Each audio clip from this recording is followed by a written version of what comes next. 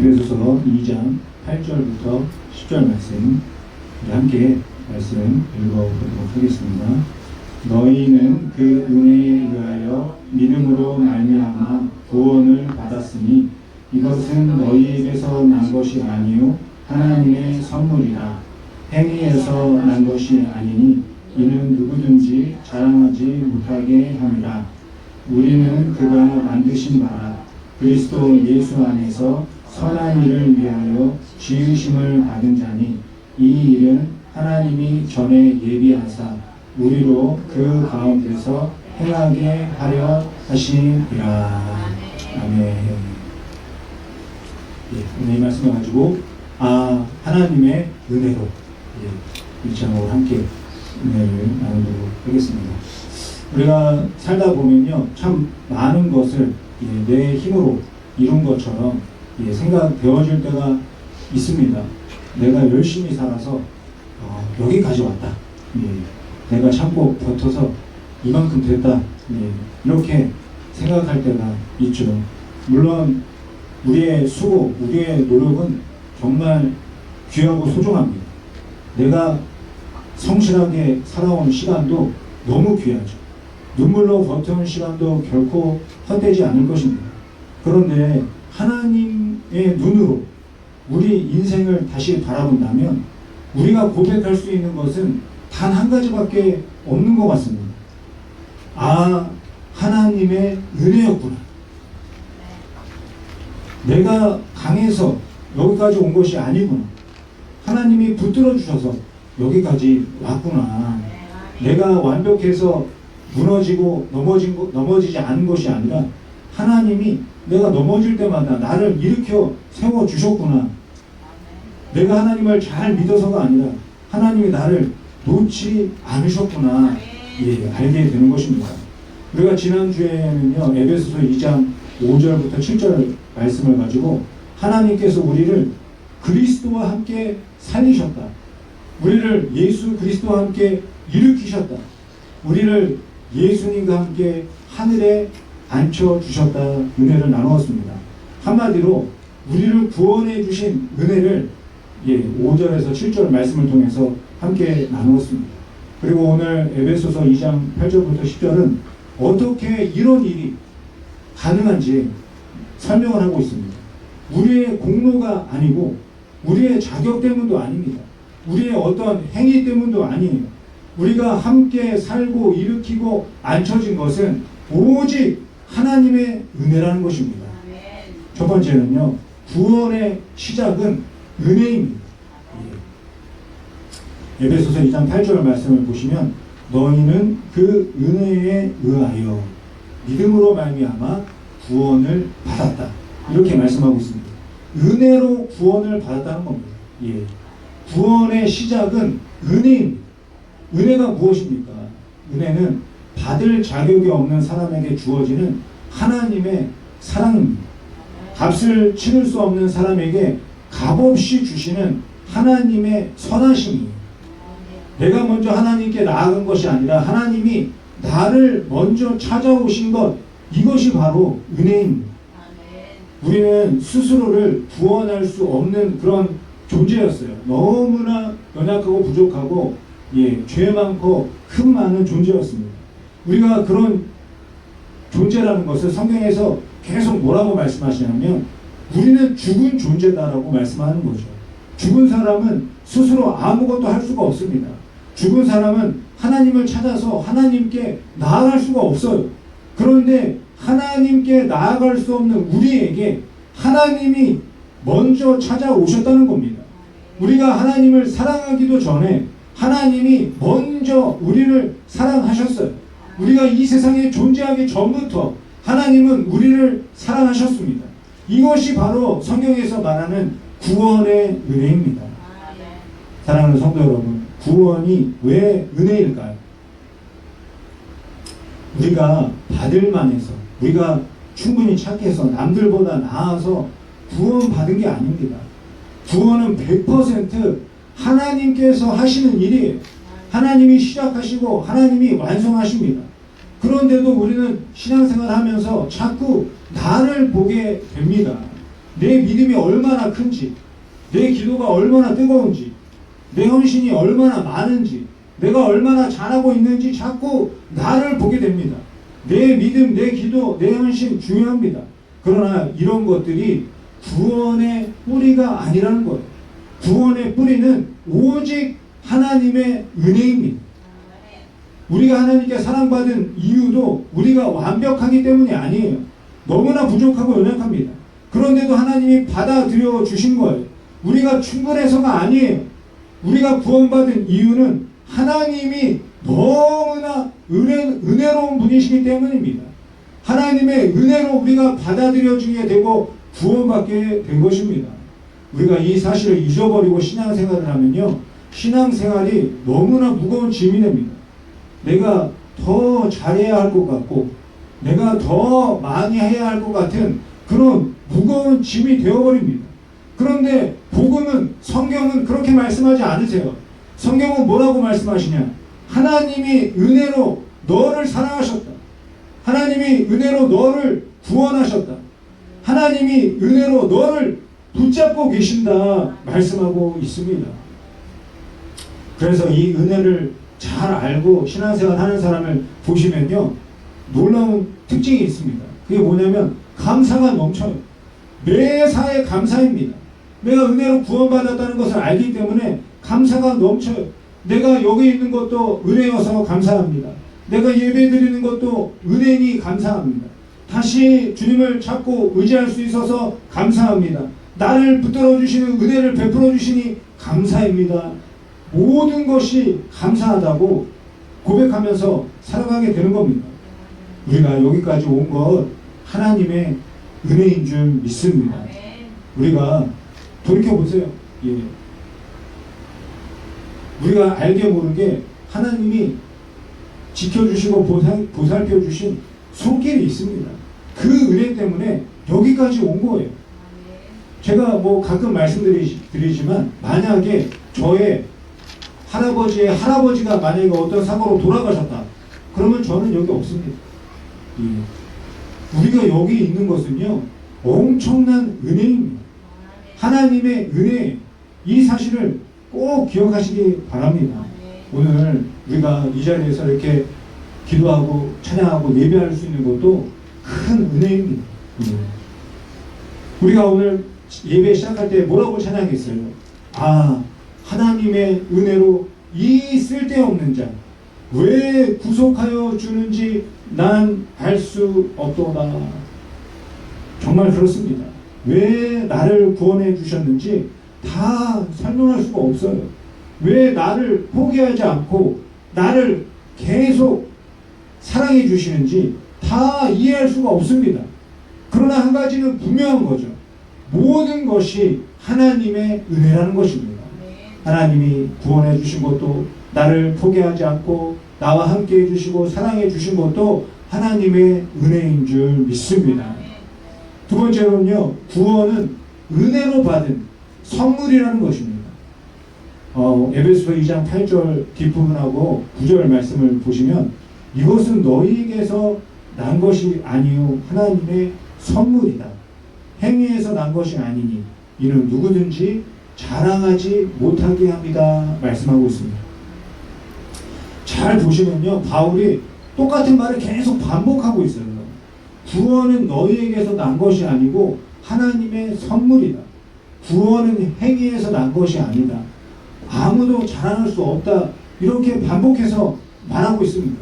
왜 이렇게 바울이 계속 반복적인 표현을 사용하면서 말씀하고 있을까요? 왜냐하면 우리가 너무나 쉽게 착각하기 때문이에요. 우리는 은혜를 받았으면서도 어느 순간 내 공로라고 생각하게 됩니다. 하나님이 선물로 주셨는데 어느 순간이 되면 내가 받을 만해서 받았다, 이렇게 생각하게 되는 거죠.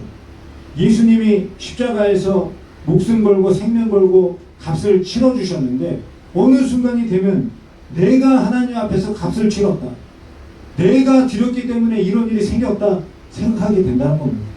그런데 바울이 그렇게 생각하는 사람들에게 분명하게 말씀합니다. 하나님의 선물이다 말씀하고 있습니다. 구원이 상이 아니죠. 구원은 선물입니다. 상은 잘한 사람에게 주는 거죠. 공로가 있는 사람에게 줍니다. 상은 받을 만한 자격이 있는 사람에게 주는 거예요. 그러나 선물은 어떻습니까? 선물은 사랑으로 주는 겁니다. 받는 사람의 자랑이 아니에요. 주는 사람의 사랑을 보여주는 것이 바로 선물입니다. 구원이 만약에 상이라면 우리는 자랑할 수 있습니다. 내가 받을 만해서 받았다. 내가 저 사람보다 나아서 받았다. 내가 열심히 해서 받았다. 이렇게 자랑할 수가 있습니다. 그러나 구원이 선물이라고 말씀하고 있습니다. 구원이 선물이라면 우리는 자랑할 수가 없어요. 선물로 주신 것에 감사할 뿐입니다. 성도 여러분, 하나님은 구원을 거래하듯이 주신 것이 아닙니다. 선물로 주셨어요. 우리가 돈을 내고 값을 내고 받은 게 아닙니다. 예수님이 모든 값을 다 치러주시고 선물로 주셨습니다. 우리의 죄의 문제를 우리가 해결한 것이 아닙니다. 예수님이 십자가에서 담당하셨어요. 우리가 하나님께 나아갈 수 있는 길을 우리가 만든 것이 아니라 예수님이 길이 되어 주셨습니다. 그래서 예수님은 너희가 더 열심히 해서 구원 받아야 된다. 너희가 괜찮은 사람이 되어야 하나님이 받아주신다. 이렇게 말씀하지 않으십니다. 하나님은 십자가를 통해서 우리에게 분명하게 말씀하세요. 예수님이 십자가에서 이미 값을 지불하셨다. 십자가에서 너를 대신해서 죽으셨다.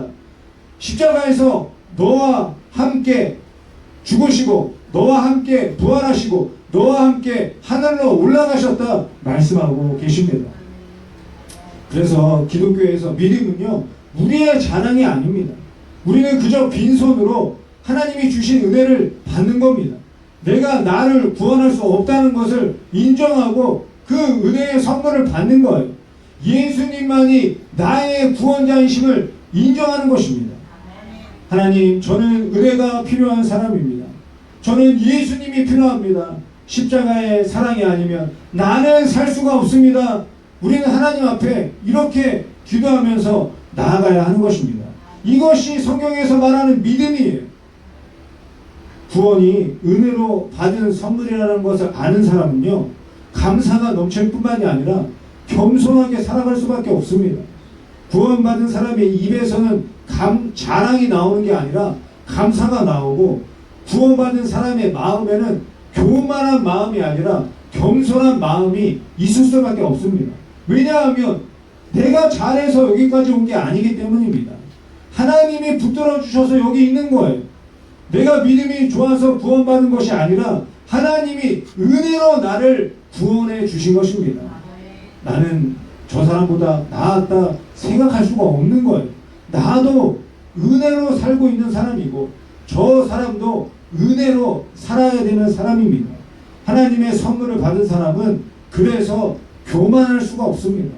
은혜로 구원받은 사람은 약한 사람을, 나보다 못한 사람을 무시할 수가 없습니다. 왜냐하면 나도 너도 우리 모두 다 은혜로 구원받았기 때문입니다. 성도 여러분, 우리의 신앙이 건강해지려면 이 고백이 살아있어야 합니다. 나는 은혜 받은 사람입니다. 나는 선물 받은 사람입니다. 나는 자랑할 것이 없는 사람입니다. 이 고백이 살아있으면 우리가 가정에서의 삶이 달라질 수밖에 없어요. 가정에서 겸손할 수밖에 없습니다. 이 고백을 하는 사람은 교회 안에서 성도들과의 관계가 부드러울 수밖에 없어요. 이 고백이 살아있는 사람은 다른 사람을 대하는 태도가 달라질 수밖에 없습니다. 왜냐하면 나도 은혜로 사는 사람이고 저분도 은혜로 사는 사람이기 때문에 내 태도가, 저 사람을 대하는 내 태도가 달라질 수밖에 없는 것입니다. 나도 은혜로 사는 사람이라는 것을 꼭 기억하고 살아가시기를 바랍니다. 세 번째는 무엇을 말씀하시냐? 우리는 은혜로 빚어지는 작품이라고 말씀하고 있습니다. 10절 말씀을 다시 보시면 우리는 그가 만드신 바라 그리스도 예수 안에서 선한 일을 위하여 지으심을 받은 자니 이 일은 하나님이 전에 예비하사 우리로 그 가운데서 행하게 하려 하심이니라. 여기서 바울은요, 신앙의 균형을 보여주고 있습니다. 우리는 나의 행위로 구원받지 않았습니다. 그러나 구원받은 사람은 새로운 삶을 살게 되는 겁니다. 이 순서가 너무 중요해요. 선한 일을 했기 때문에 구원받은 게 아닙니다. 구원받았기 때문에 선한 일을 행하면서 살아가게 되는 거예요. 행위가 구원의 조건이 아니고 행위는 구원의 열매입니다. 은혜가 먼저예요. 구원이 먼저입니다. 그 다음에 선한 일을 행하는 삶의 변화가 따라오게 되는 겁니다. 바울이 뭐라고 말씀하세요? 우리를 그가 만드신 바다 이렇게 말씀하고 있습니다. 이 말은요, 우리는 하나님이 만드신 작품이라는 얘기입니다. 우리는 우연히 여기에 존재하는 게 아니에요. 하나님께서 은혜로 만들고 있는 존재입니다. 하나님의 손 안에서 지어져 가는 그런 존재들이에요. 그런데 이 세상은 우리를 어떻게 바라봅니까?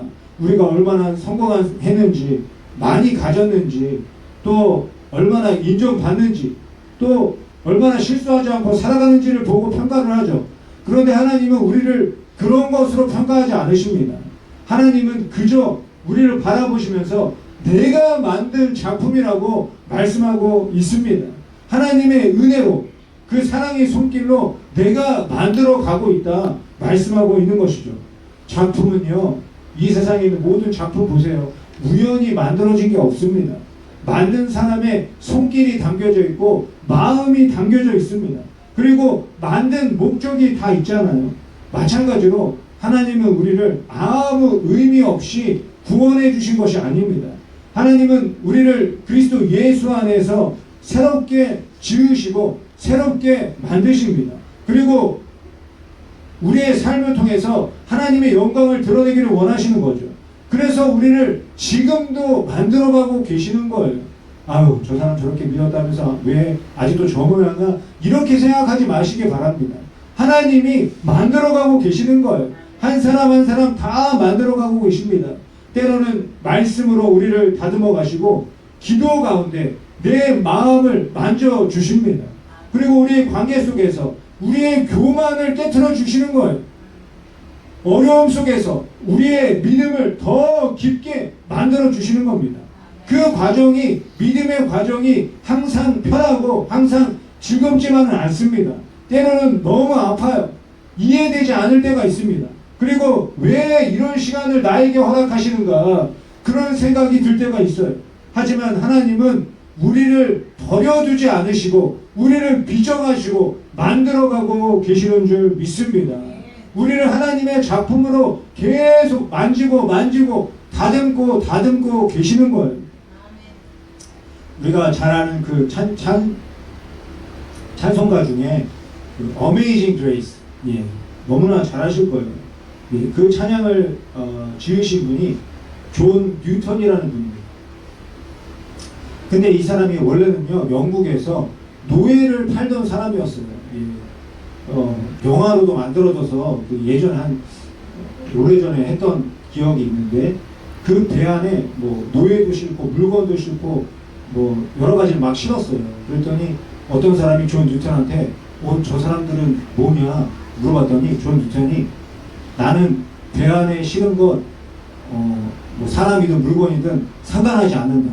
가져가서 팔기만 하면 된다. 이렇게 말했던 사람이었습니다. 그런데 어느 날은 그렇게 노예와 그 물건들을 싣고 그 바다를 건너가는데 폭풍우가 몰아쳤습니다. 배가 뒤집어져서 죽을 것 같았어요. 그래서 이 존 뉴턴이 배 한복판에서 무릎을 꿇고 하늘을 향해서 기도합니다. 예수님 살려주세요. 간절히 기도를 한 거예요. 그런데 그 기도 때문인지 정말 바다가 잔잔해지고 이 존 뉴턴이 살게 되었습니다. 이 일을 겪고 이 존 뉴턴이 완전히 회개를 합니다. 그 노예 무역도 다 내려놓고 하나님 앞에서 복음을 전하는 목회자가 됩니다. 1779년에 자신이 경험한 이 은혜를 찬양으로 고백한 거예요. 나 같은 죄인 살리신 주 은혜 놀라움. 잃었던 생명 찾았고 광명을 얻었네. 존 뉴턴이 완벽한 사람이 되었다는 말이 아닙니다. 하나님께서 계속해서 그를 붙잡아 주시고 다듬어 주시고 하나님의 작품으로 빚어가고 계신다는 것을 저 이야기를 통해서 보여주는 거예요. 그리고 존 뉴턴도 자기의 변화된 인생을 자랑하지 않았습니다. 자기의 공로를 말하지 않았어요. 오직 하나님의 은혜로 내가 살게 되었다. 그 고백을 그 찬양 안에 담고 있는 것입니다. 사도 바울도 하나님께서 너무나 크게 쓰셨잖아요. 예, 성경에 13권의 성경을 기록했고 저 땅끝까지 복음을 전하다가 목숨을 바친 사람입니다. 그런데도 고린도전서 15장 10절에서 고백합니다. 그러나 내가 나된 것은 하나님의 은혜로 된 것이니 내게 주신 그의 은혜가 헛되지 아니하여 내가 모든 사도보다 더 많이 수고하였으나 내가 한 것이 아니요 오직 나와 함께 하신 하나님의 은혜로다. 성도 여러분, 이것이 은혜로 만들어지고 있는 사람의 고백입니다. 하나님의 은혜는 우리를 구원하는 것에서 멈추지 않으십니다. 우리를 계속 다듬어 주시고 빚어 주시고 만들어 가는 거예요. 우리를 변화시켜 주십니다. 우리를 선한 길로 인도하십니다. 사랑하는 성도 여러분, 아유 사람은 변하지 않아 이렇게 말하지 마시기 바랍니다. 하나님의 은혜는 사람을 반드시 변화시켜 주시는 줄 믿습니다. 그래서 에베소서 2장 10절에서 이렇게 말씀하세요. 그리스도 예수 안에서 선한 일을 위하여 지으심을 받았다. 은혜로 구원받은 사람은요 자기 마음대로 살라고 구원받은 것이 아닙니다. 은혜로 구원받은 사람은 선한 일을 위해서 부르심을 받은 거예요. 여기서 선한 일이라는 것은요 착한 일 뭐 이런 것을 말하는 게 아닙니다. 하나님께 용서받았기 때문에 용서하는 삶을 말하는 거예요. 하나님께 사랑받았기 때문에 그 사랑을 나누는 겁니다. 하나님께 은혜 받았기 때문에 은혜를 흘려보내는 거예요. 하나님께서 나를 섬겨주셨기 때문에 나도 섬기면서 사는 삶을 선한 일이라고 말씀하고 있는 겁니다. 사랑하는 성도 여러분, 하나님은 우리를 구원하시고 아무렇게나 살라고 내버려 주지 않으십니다. 하나님은 우리를 선한 길로 인도하고 계시는 줄 믿습니다. 10절 말씀 뒷부분에 보시면 이 일은 하나님이 전에 예비하사 우리로 그 가운데서 행하게 하려 하심이라. 하나님이 우리를 위해서 예비하신 길이 있다고 말씀하고 있습니다. 앞으로 내가 집을 살지 말지, 사업을 할지 말지, 우리 자녀들이 어느 대학 갈지 말지, 이런 걸 예비하신 게 아닙니다. 하나님이 예비하신 길, 하나님이 우리를 통해서, 우리의 삶을 통해서 나타내기 원하시는 은혜가 있다는 거예요. 내가 걸어가는 길, 내가 살아가는 삶을 통해서 내가 받은 은혜가 흘러가고 나타나는 그 삶을 원하고 계시는 것입니다. 가정 안에서 가족을 사랑하는 겁니다. 교회에서 조용히 섬기는 거예요. 누가 아프고 괴로운 일이 있으면 그 이야기를 들어주는 겁니다. 나에게 상처 준 사람을 위해서 기도하는 거예요. 내 욕심을 내려놓고 내 주장을 내려놓고 하나님의 뜻대로 사는 겁니다. 모든 순간을 정직하게 살아가는 거예요. 말 한마디를 은혜롭게 하는 겁니다. 누군가를 판단하기보다 그 사람을 품어주는 거예요. 하나님이 이런 일을 선한 일이라고 말씀하고 계십니다. 하나님께 은혜를 받은 사람이 받은 은혜를 흘려보낼 때 그것이 선한 일이라고 말씀하고 있는 거예요. 그래서 우리는 이제 더 이상 하나님께 이렇게 질문하면 안 됩니다. 하나님, 내가 무엇을 해야 구원받을 수 있습니까? 이렇게 묻지 마시기 바랍니다. 왜냐하면 우리는 이미 하나님의 은혜로 구원받았기 때문이에요. 대신에 이렇게 질문하시기 바랍니다. 하나님, 내가 은혜를 받았는데 오늘 어떻게 살기를 원하십니까? 오늘 내가 해야 할 선한 일은 무엇인가요? 내 삶을 통해 누구에게 은혜를 흘려보내기를 원하십니까? 이렇게 질문하는 것이 은혜 받은 성도의 질문인 줄 믿습니다. 사랑하는 성도 여러분, 부족해도 괜찮습니다. 아직 완성되지 않아도 괜찮습니다. 넘어지고 실패해도 괜찮습니다. 중요한 것은 우리가 하나님의 손 안에 있다는 것입니다. 하나님이 나를 붙들어 주실 뿐만이 아니라 나를 다듬어 주셔서 하나님의 작품으로 만들어 가신다는 겁니다. 하나님은 우리를 포기하지 않으십니다. 절대 멈추지 않으십니다. 하나님은 오늘도 우리를 만들어 가고 계시는 줄 믿습니다. 우리는 은혜로 빚어지는 하나님의 작품이라는 이 놀라운 은혜를 믿으시기를 바랍니다. 사랑하는 성도 여러분, 에베소서 2장 8절과 10절은요 복음의 핵심을 보여주고 있습니다.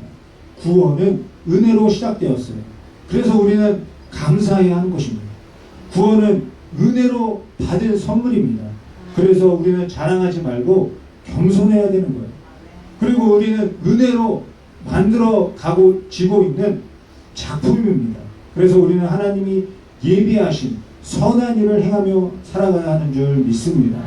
오늘 말씀을 우리가 기억하면서 저 세 가지 고백을 우리가 함께 고백했으면 좋겠습니다. 우리 함께 고백하겠습니다. 모든 것이 하나님의 은혜입니다.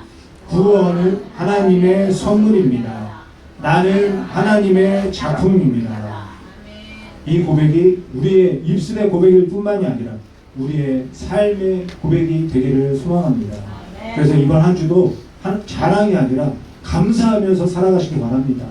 비교가 아니라 겸손하게 살아가시기 바랍니다. 하나님이 예비하신 선한 일을 행하며 살아가시기를 바랍니다. 그래서 우리의 가정에서, 우리의 교회에서, 모든 삶의 자리에서 하나님의 은혜가 흘러나가기를 소망합니다. 하나님의 은혜로 여기까지 왔습니다. 하나님의 은혜로 오늘도 살고 있습니다. 하나님의 은혜로 주님이 나를 만들어가고 계시는 줄 믿습니다. 이 은혜의 고백이 저와 여러분의 매일의 고백, 평생의 고백이 되시기를 예수님의 이름으로 간절히 축원드립니다. 기도하겠습니다.